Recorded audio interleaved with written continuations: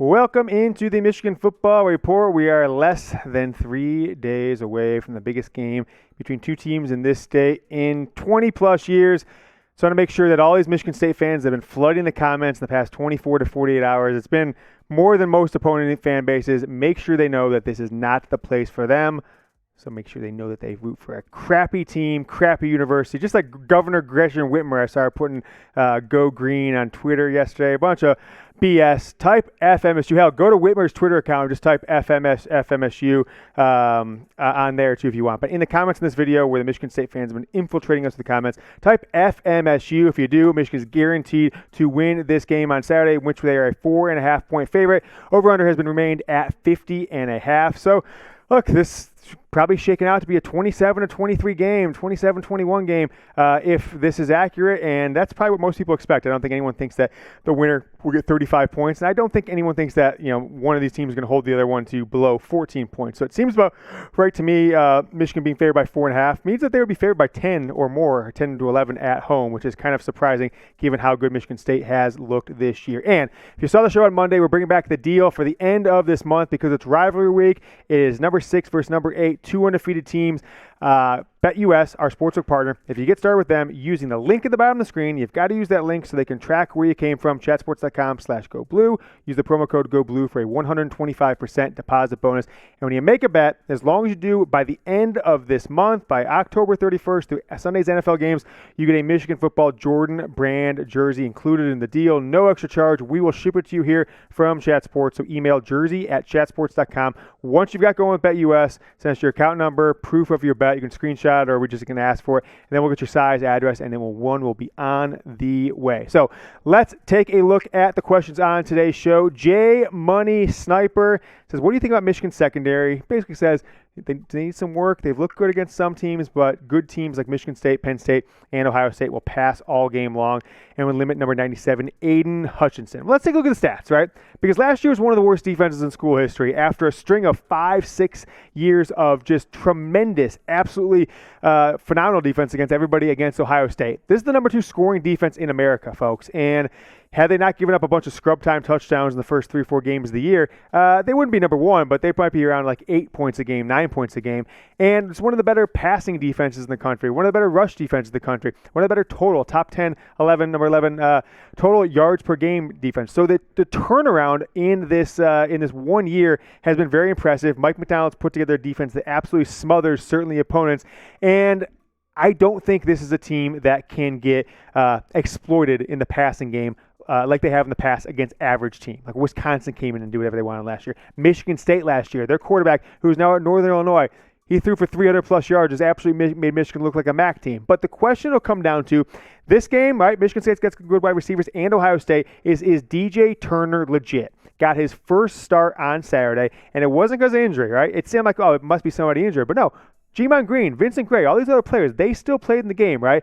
But DJ Turner got his first start in his 3rd year in the program, had tackles, had a tackle for loss, had an interception on one of the more, I don't want to say athletic, but acrobatic plays, like 4 tips. They tipped it here, caught the ball, and didn't give up really any passing plays of substance. And so he had a heck of a first start for Michigan football, and it's absolutely what they need in this season to make sure that Ohio State, who's looking like probably the best team in the country over the past 3 or 4 weeks, doesn't come into Michigan Stadium in 4 weeks and just drop 75 points and 400 or 500 yards passing against Michigan, like probably what would have happened last year had these two teams played down in Columbus. So I don't think Michigan's defense is, going to get exposed like they have in the past against some of the other lesser teams, not less teams in the Big Ten, but certainly teams that don't have the passing game and the athletes at quarterback, at wide receiver, at running back, at offensive line, like Ohio State done. Now, No Regrets replied to J Money Sniper on our YouTube community. He says, do you remember how MSU burnt the UM secondary last season?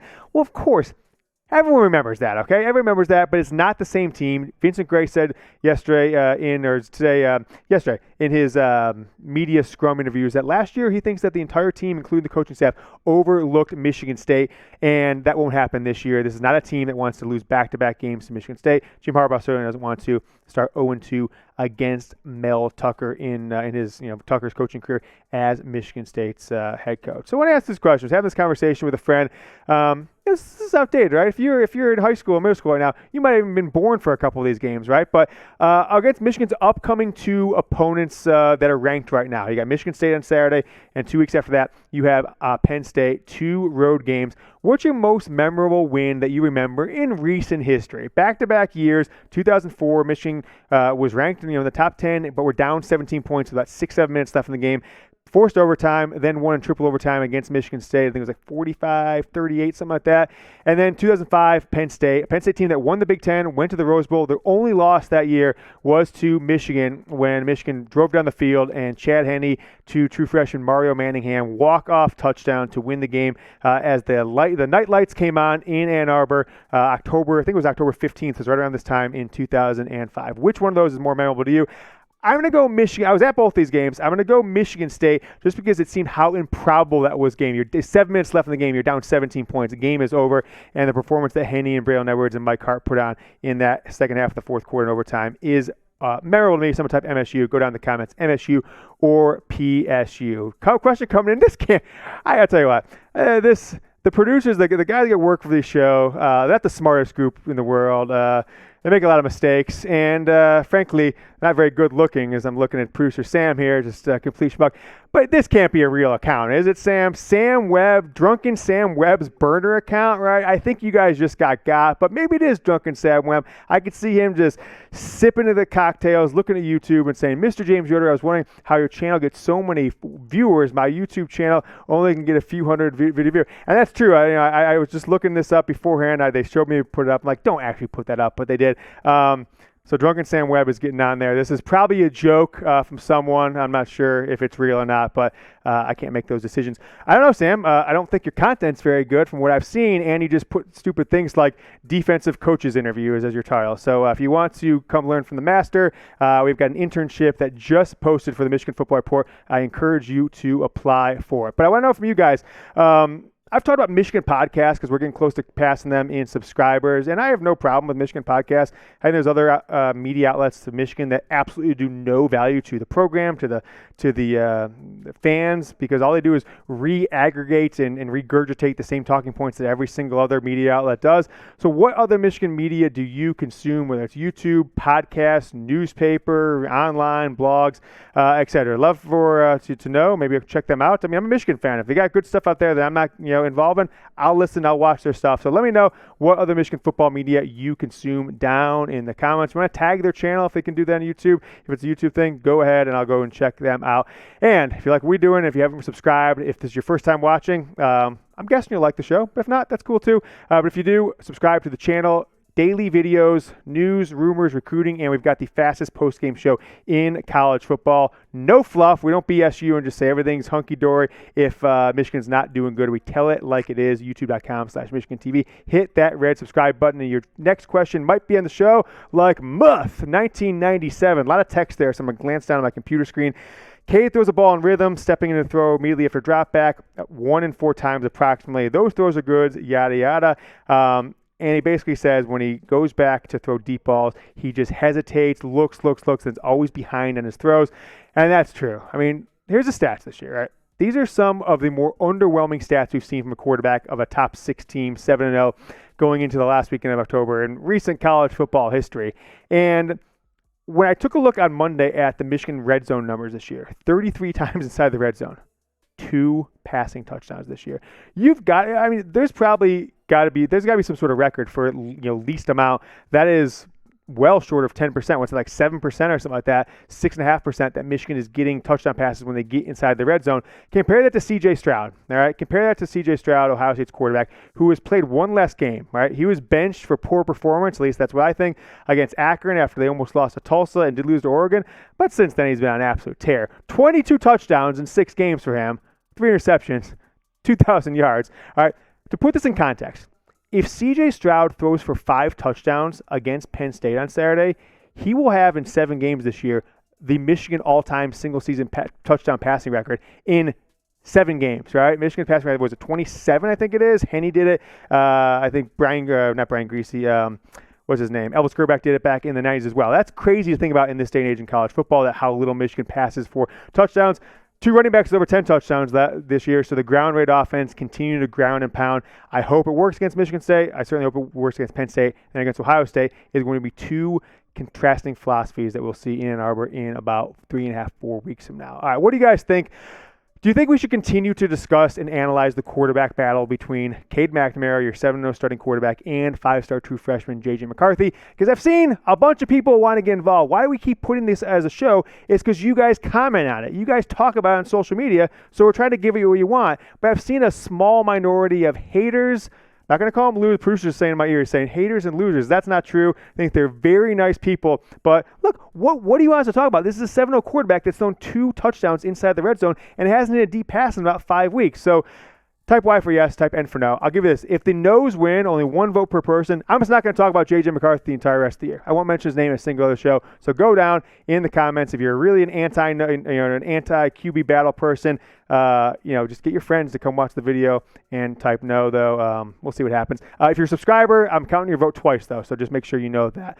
BetUS is our presenting sponsor. I mentioned it earlier in the show. We've got the jersey deal. So one more time, remind you guys, we got more questions on the show, so don't act like we're wrapping things up. I do want to remind you guys, chatsports.com/GoBlue, promo code GoBlue. Get going. Make your first bet before the end of the month. We have got a free jersey. Folks, these are like $125 jerseys, okay? So all you got to do is put in 100, make your first bet. You get 125 extra from BetUS, and then we're sending you the Michigan football Jordan brand jersey. Email us jersey@chatsports.com to redeem once you use to sign up and deposit and make your first bet. Jason with the question here. How do you pronounce that last name, Sam? Becerro. Yoder JG. Now, Yoder, I think he might have comment there. JG isn't the one passing the ball. When he dials up, passing downfield, Cade isn't close. JJ needs to get a chance to throw downfield. I agree with that. We have really good wide receivers, but Cade overthrows them. That's not true, though, okay? We don't have really good wide receivers, right? They have proven nothing. Michigan has not had a good wide receiver since the 2015, and I guess in some ways because of the same guys, they didn't really perform well, the 2016 season. The 5 stars and high 4 stars, Nico Collins, Donovan Peoples-Jones, Tariq Black, Oliver Martin, they did nothing here, right? They did absolutely nothing. So this is not a good wide receiving crew. I don't want anyone to say that. They don't get separation. They don't go up and make plays when the ball is in the air and jump out a defensive back. But take a look at this stat. We're talking about Cade McNamara. Just take a look at these numbers, these players right here. In the last 45 years, crazy to think about. There's been a lot of good Michigan teams, but there's only 7 teams in the last 45 seasons for Michigan that have started 7-0. Okay? The last 4, you've got to go back 35 years, right, for the last 4, right? So this is the 5th in the last 35 years. 2016, all these teams, stay on this one for a second, Sam. 2016, Wilton State's 9-0. That team ended up going into Ohio State, number 3. They lost that game. Chad Henne, 2006, led them to an 11-0 start. They lost to Ohio State. 97, 12-0. Brian Greasy won the national title. And then Jim Harbaugh, 1986, a team that went 12-1, I believe, ended up number 2 in the country. So the stats say this is a good, Michigan's not going to fall apart, the trends in history. And you go back into the 70s, those are teams that went undefeated, lost in the Rose Bowl, etc. So the odds that Michigan loses more than one game the regular season out of the last 4 or 5 is very low based on historical trends. And shout out to Jim Harbaugh.